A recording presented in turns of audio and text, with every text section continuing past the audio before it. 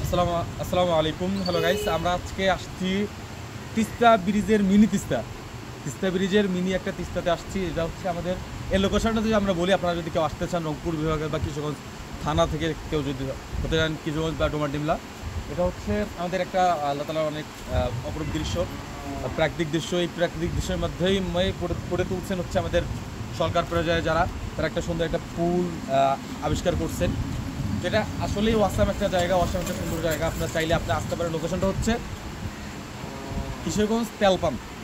কিশোরগঞ্জ তেল পাম্পের বাম দিয়ে যে রাস্তাটা গেল আপনার পূর্ব পার্শ্বে, ওই রাস্তা দিয়ে ঢুকেই নালা রোড, নালা যে পাকা রোডটা আছে ওটা দিয়ে আসলেই আমরা সোজা দিয়ে একটু 5 থেকে 10 মিনিট হাঁটলেই আমরা আসতে পারবো। আমরা তো বাইকে আসছি, 1 মিনিটের ভিতরে আসছি।